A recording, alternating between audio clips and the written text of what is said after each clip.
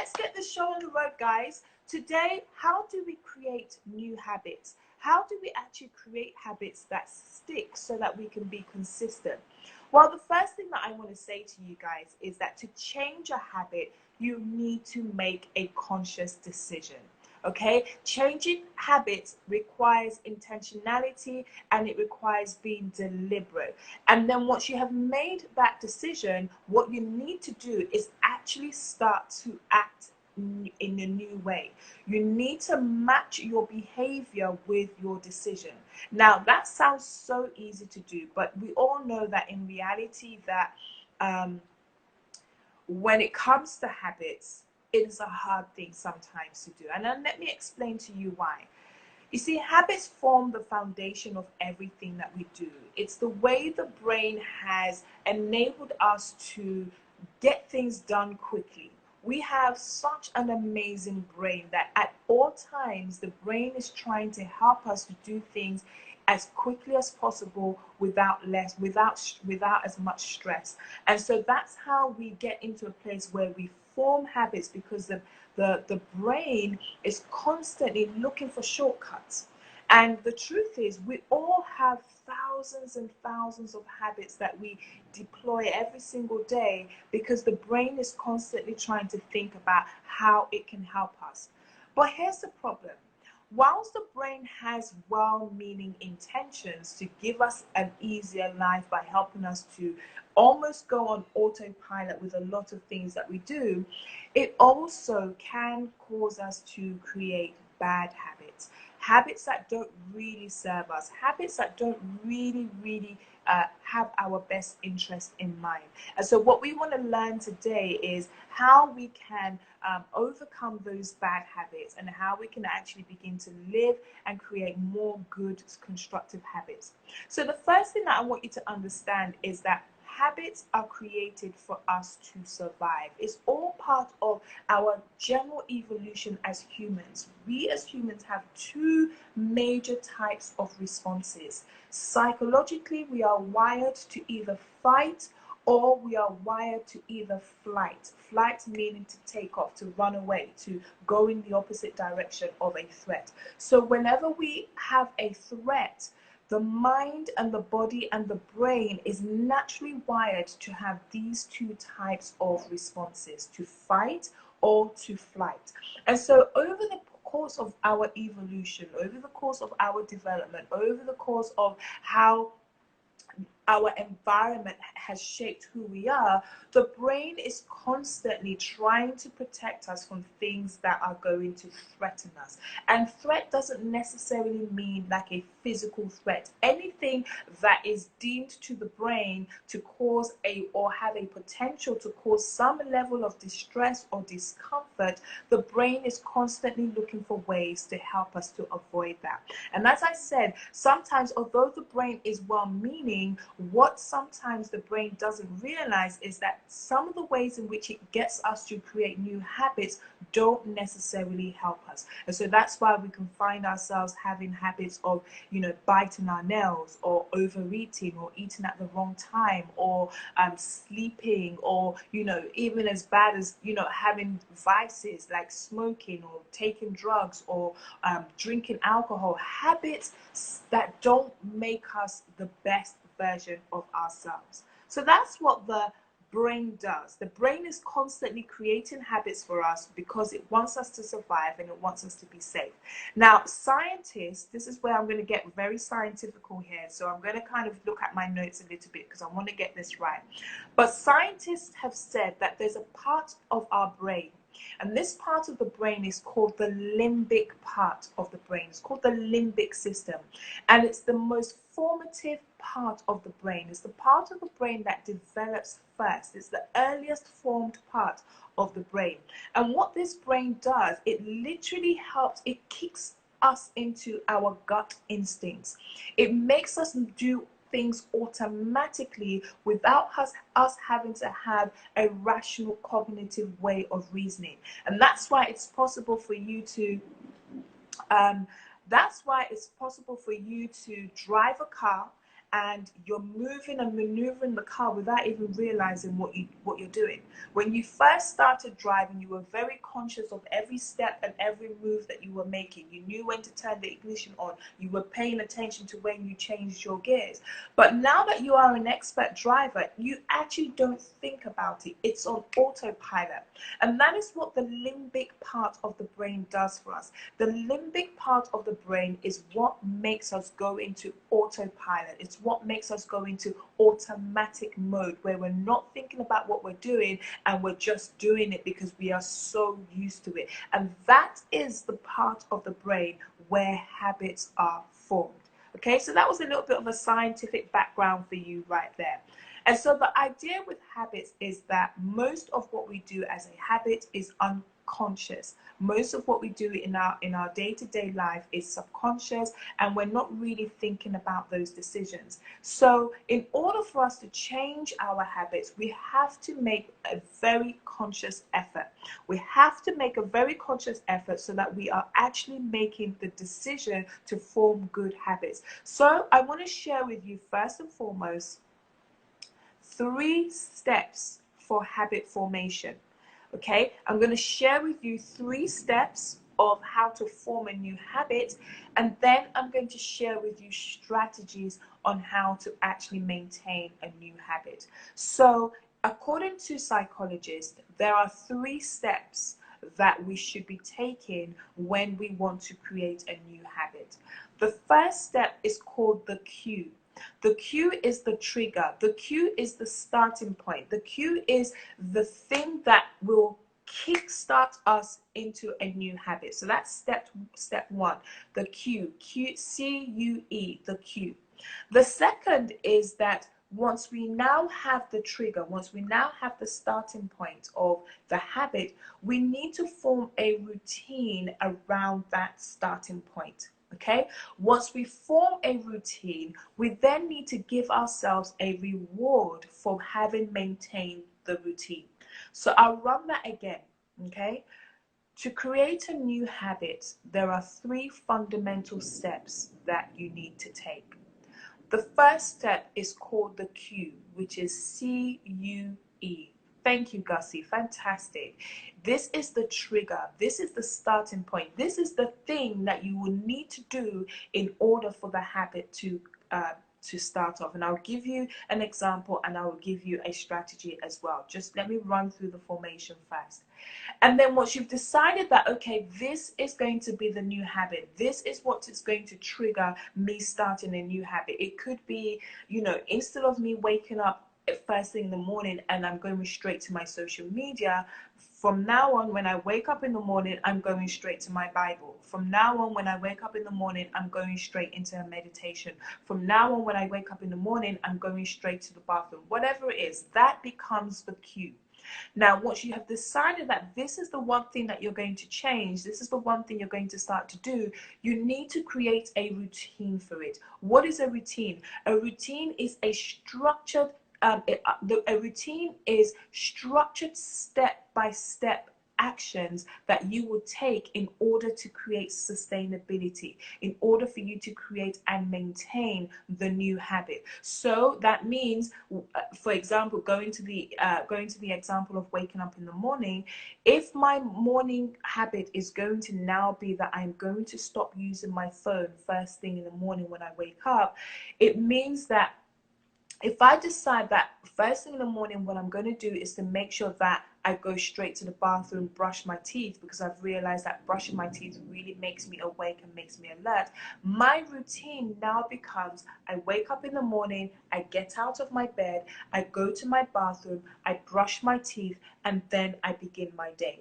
So you can see that there are action steps in the routine that you will do over and over again, until it becomes so habitual that you don't even realize that you are doing it. That is what a routine is. A routine is structured action steps that you do over and over and over again until it becomes an automatic way of being and doing. The third part of the routine formation, the new habit formation, is the reward. Psychologists have told us that when we as humans know that there is something pleasurable at the end of a thing, we are more likely and more inspired and more motivated. So, sorry, let me just put my AC on 1 second, guys. Right? So, the reward system is what is supposed to serve as your motivator. It's what is supposed to serve as you like, yes, let me do this because I know it's worth it at the end of the day. So for me, if I'm starting a new morning routine, I could say to myself, okay, once I've woken up in the morning, gotten out of bed, brushed my teeth, I can now look forward to spending 30 minutes listening to a podcast. That can be my reward. So, in other words, it means that I will not listen to a podcast if I have not followed through my routine. Okay, so those are the 3 steps that we follow when we want to start a new habit. Now, I've explained to you what the cue is. The cue can be as simply as, okay, I have noticed that I have this bad habit of, okay, let me use a different example because I've used it more than an example. So let's just say I have this bad habit, right? That whenever I'm tired, what I go and do is I make myself 3 cups of strong caffeinated coffee. But I realized that drinking this beer isn't necessarily good for my skin. It makes me feel haggard. I'm really on an overdrive. And I realized that I have become addicted to drinking coffee. So that's the cue.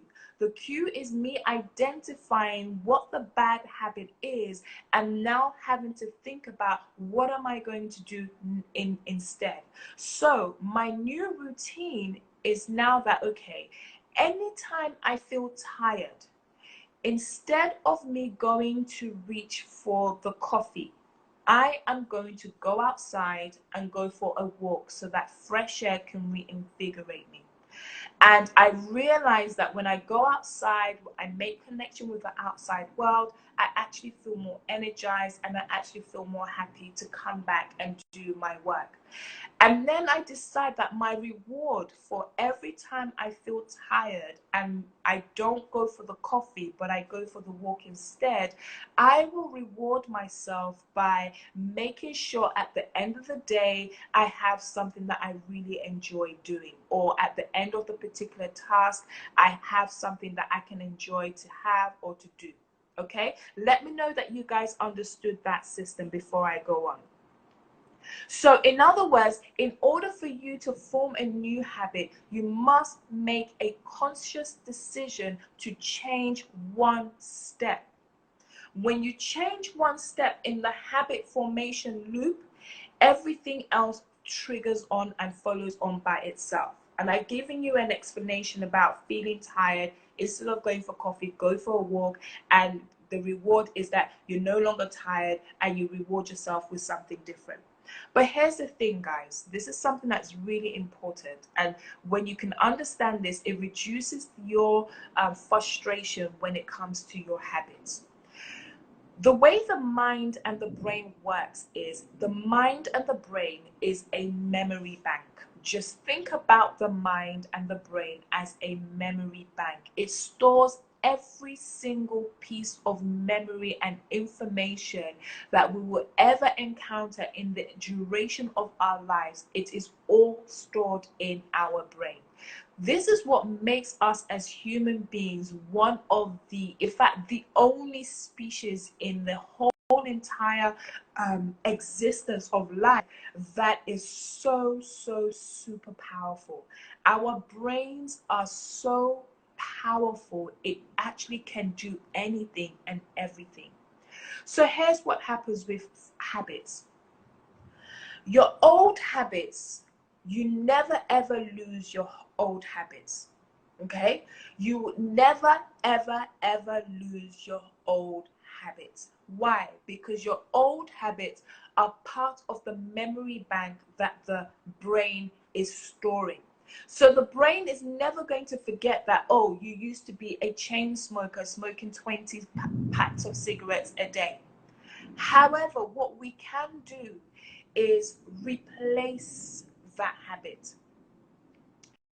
When you replace the habit, you start another form of habits that the brain can bank and store.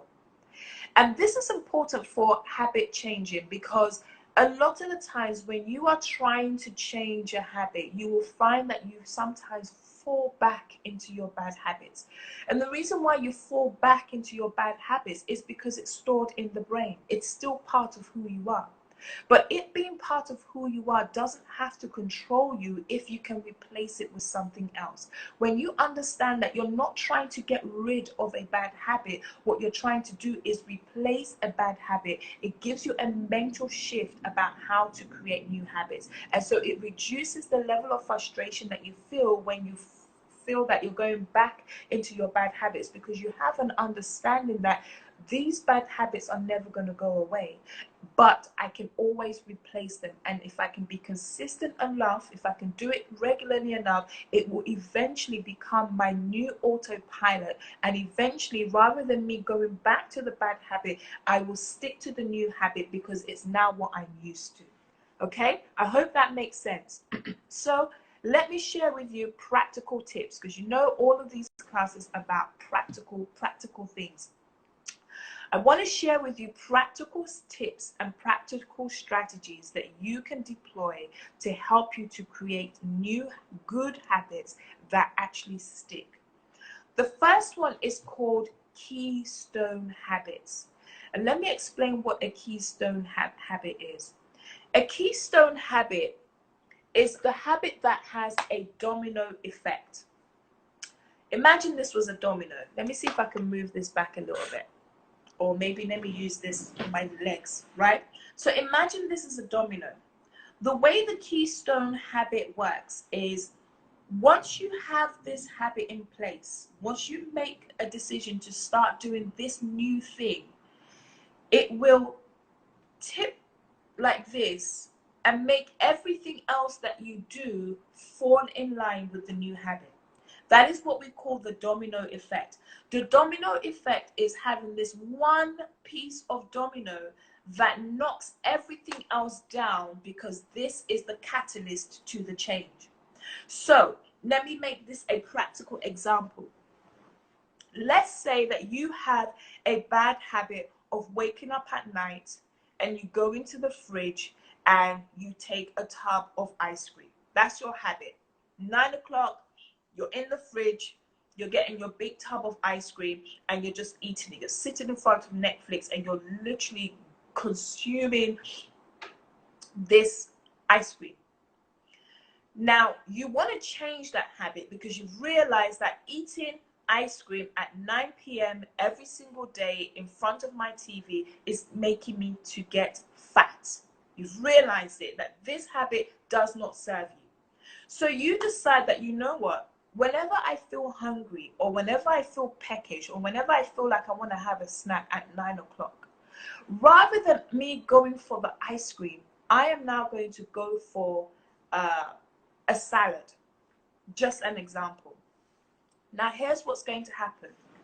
Because you now have a new habit of going to the fridge to eat salad instead of ice cream, this becomes the domino that over time means you're watching your weight is reducing because you are now eating healthier. Because your weight is reducing, you're now inspired to work out more. Because you're now working out more, your body is now in shape. Because your body is now in shape, you're feeling more energetic, you're feeling more confident, you're feeling more bold. Because you're feeling more bold, because you're feeling more confident, you are now inspired to go in and do other things in your life. So can you see that changing one thing in the habit loop will affect everything else that you do? That is what we call the keystone habit. So a keystone habit is getting that one habit right first. Just get that one thing right. Make that right change, and you will see how it will form other good habits that will naturally follow from that. Because you are naturally losing weight, because you are naturally able to fit into your jeans now, because you're looking in the mirror and you're thinking, this girl is fine. You're now like, okay, you know what? Let me even start going to the gym. Now that I've lost all this belly fat, let me see if I can get some packs. And then so you now start working out, your tummy starts looking good. So you now start buying new clothes. You now start wearing all those bodycon, Kim Kardashian type looking clothes, and you're looking at yourself in the mirror and you're thinking, yes, girl, I'm the bomb.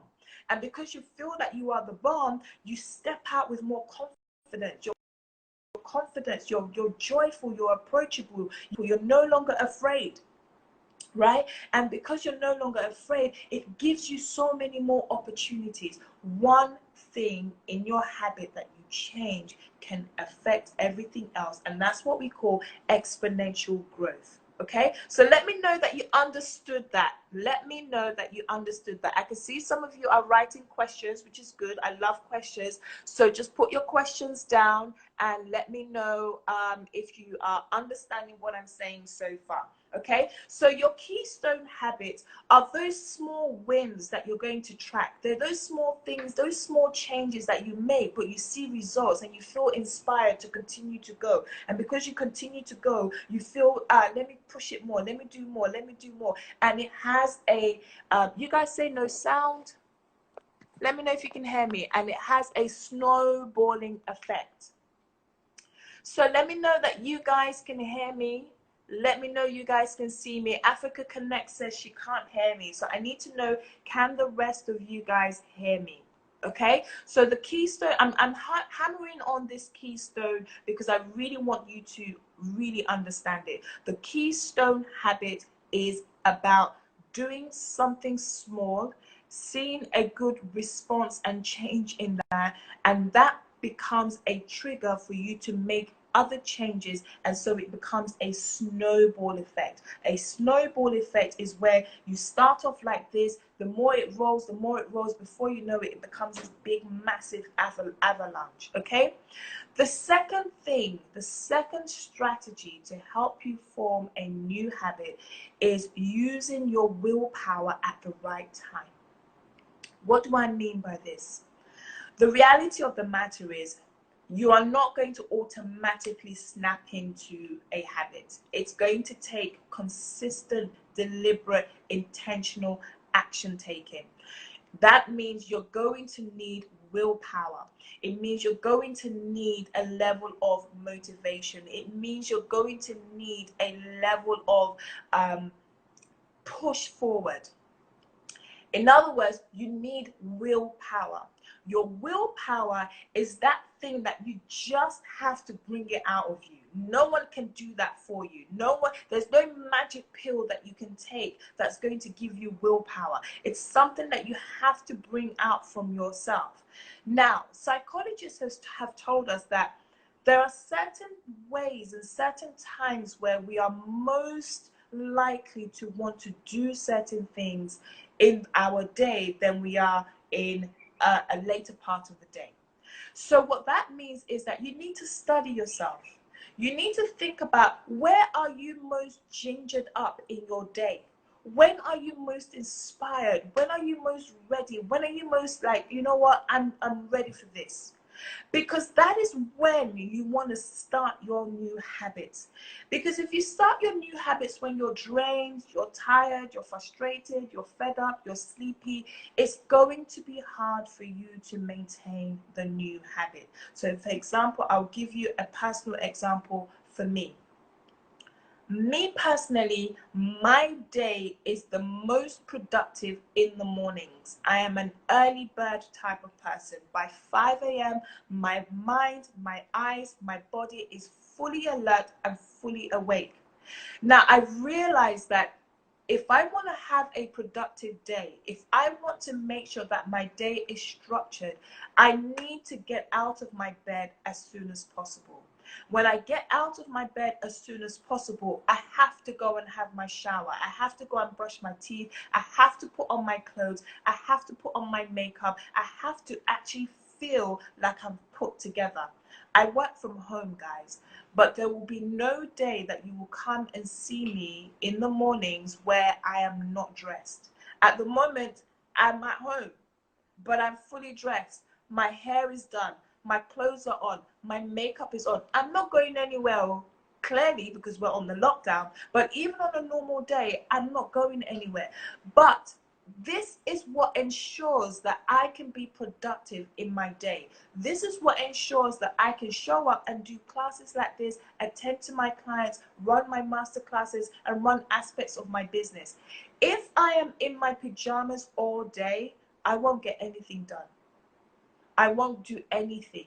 So you've got to pick when you are most gingered up and use that as the time where you want to create new habits.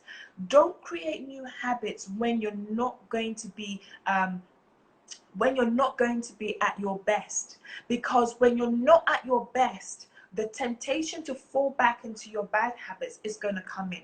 And this is why they always talk about a morning routine, because for some people, for most people, the mornings are actually the best times to exercise your willpower. You're fresh from sleep, you haven't had too much stress going on in the day, you haven't had too much interactions in the day.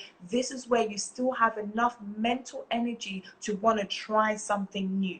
Okay, so that is what I mean about willpower. Choose when and how you're going to use your willpower to help you power through your new habits. The third thing is to design your habit. You've got to consciously design a new habit. So it goes back to that whole routine that I talked about. If you have a habit of, waking up in the morning and the first thing you do, you're on Instagram. As soon as your eyes open up, pam, you're on Instagram, you're on Twitter, you're posting this, you're liking this, you've forgotten yourself, and you end up spending 2 hours on your bed scrolling. How do I know this? Because I'm telling you what my old habit used to be, if I'm going to be honest. I used to be one of those people. I will wake up in the morning, go straight onto Instagram, and before you know it, 2 hours on the bed has passed because I've just literally been scrolling on Instagram. So I had to design a new routine for myself. I had to design a new habit for myself. And that new habit was, okay, Banker, you know what? When you wake up in the morning, since you are used to taking up your phone, rather than going onto your Instagram, go onto your meditation app. I have a number of meditation apps that I use. One is called Insight Timer, one is called Calm, and another one is called Abide. Abide is actually a Christian-based meditation app. And sometimes I will play the meditation app because there will be a scripture or there'll be a guided meditation, and I will listen to that meditation. Once I've done from the meditation, I will get out of my bed and I will go and brush my teeth. I will go and have my shower. I will make my bed actually first. Once I get out of my bed, I make my bed first. Once I've made my bed, in my mind, psychologically, I know that I'm not going back into bed. So you have got to design your habits in such a way that is crafted to enable you to keep up with the new habits. So because I know that once my mind is engaged in a meditation, Instagram is not going to be on my mind. Because I know that the moment I get out of my bed and I make my bed straight away, my mind has told me that my nighttime, my sleeping time is over. Because I go into the shower and I wash myself and I become alert and fully awake to my day, I know that my day has started. These are things that I have implemented and created in my new habit to ensure that I have productive mornings. Prior to this habit, I would waste so much of my productive time in the morning, largely because I was always on social media. Okay, so you need to make sure that you design your habit in a way that helps you to stick to it. So how do you do that? You have to really, first of all, figure out, why do you do the things that you do?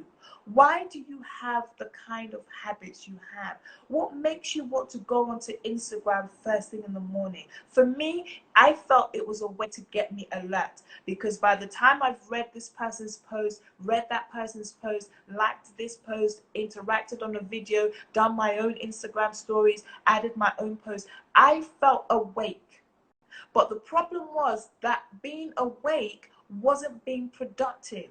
It wasn't adding to the bottom line. It wasn't allowing me to prepare for my clients on time. It wasn't allowing me to, do income generating things. And I would spend 2 hours. Whereas now, the new design that I have, it takes me less than 15 minutes to get that same feeling of alertness and awakeness. So look at the reasons why you have the kind of habits that you have. What makes you want to do the things that you do on a repeated basis? So we can use another example of eating junk food at night. Right? Let's say you're eating junk food at night because you're used to watching Netflix. You watch Netflix because you're kind of bored. Maybe you're lonely. Maybe you're a single girl and there's no one in the house, no one in the picture, no guy is toasting you. And so you formed a habit of comforting yourself, of keeping yourself comfortable by sitting in front of Netflix. And as a result of sitting in front of Netflix, you're now munching on popcorn. You're now munching on ice cream. You're now munching on things that is now making you fat, combined, just adding to the whole wahala of the matter, right? So once you understand that I'm watching Netflix because I'm trying to keep myself company, you can now decide, what other ways can I engage in this activity that doesn't require me to do detrimental things, right? So you may decide that instead of me watching Keeping Up with the Kardashians on Netflix, maybe I can watch a short documentary. Maybe I can go onto a podcast. Maybe I can engage my mind in something like a masterclass like this and use that time to make notes, so that as I'm making notes, I'm not thinking about, oh, I want ice cream, because my mind is engaged on what I'm doing. Right? So these are the things I mean about designing your habit, creating it, looking at yourself and creating the environment that will help you to stick to the habit. It means remove anything physically that's going to remind you of your bad habit, or it means adjusting your physical environment that is going to remind you not to go back to your bad habit. And I use the example of making my bed. Making my bed is for me a mental note that I cannot now be in my bed laying down for 2 hours watching what's going on Instagram. So you have to also do physical things that will help you to set you up for success. If you are used to eating junk food, clear all your junk food out of the fridge. Clear it out of your cupboard. Give it away. Don't throw it away if it's still good. I don't believe in throwing food and wasting it. But if it's still good, give it away and replace that with healthy foods. Guys, I have a sweet tooth, like mad sweet tooth. Ice cream or cake or chocolate or biscuit or name it, that is my gig. That's my jam. But guess what? You won't find me having that in the house. I don't stock ice cream in the house. I don't stock cake in the house. I don't stock chocolate in the house. If I want chocolate, I will physically have to go to ShopRite to get my chocolate for the day. Why? Because I know myself. If I stock all the chocolates in this world, that same day, I'm going to finish them, because I know what my weaknesses are. So you've got to know what your weaknesses are and do things to prevent you from falling back into that trap. Okay? The last thing, which is my bonus tip before we round up, is finding support.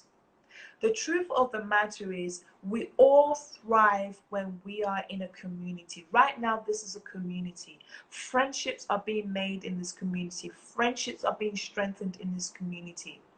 And the reason why is because we are wired by nature for relationships. We are all related. We are all interrelated. No man is an island. We all need one another. And so some of the ways to help you to really, really overcome a habit, especially if it's a strong gripping habit, is to find yourself in a community where you can get support.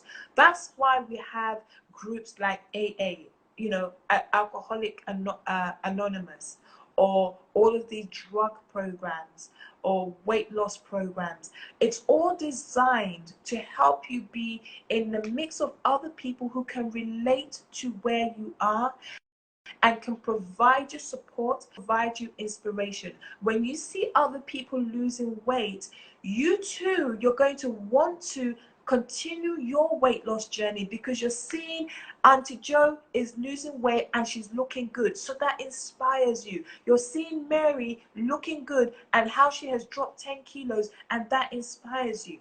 So whenever you are trying to create a new habit, find a community. Find a support system. Find a body of people, whether it doesn't have to be a large body of people. It can even just be an accountability partner. An accountability partner is somebody who will check in and say, okay, have you done this? How is it going? An accountability partner is someone who will keep you on track of your goals. And this leads me to what I wanted to say. We're ending the class now, but I want each of you guys to come tomorrow because I want to speak to you about how you can find yourself in a supportive community where you can begin to really, really implement and make the changes that you want to make in your life. The goals that you have set for yourself this year, you are 95% more likely to accomplish those goals when you find yourself in an accountability community. I've created such a community. Tomorrow I will tell you all about that community and how you can be a part of it. So make sure you do not miss class tomorrow. Class tomorrow is the class where you need to tell your whole world, every woman that you know, old, young, every single woman you know, you need to tell them to come and join the final class of the lockdown challenge. Now, you know I'm smiling, so what does that mean? Yes, it's time for the screenshots. It's time for the screenshots, guys. So how should I strike my pose today? Should I be serious today? Strike my pose. So take your screenshot, guys. Take your screenshot, guys. Snap, snap, snap, snap. You got it? Have you got your screenshot, guys? Now, what I want you guys to do is to share with me what your takeaways from today's class is. I want you to post it on your Instagram stories. I want you to post it on your Instagram feed, wherever you're comfortable posting it on Instagram. I want you to post it and I want you to tag me. Okay, you have got to tag me. Tagging me is the only way that I can get you noticed. That's the only way you guys can be in for the competition.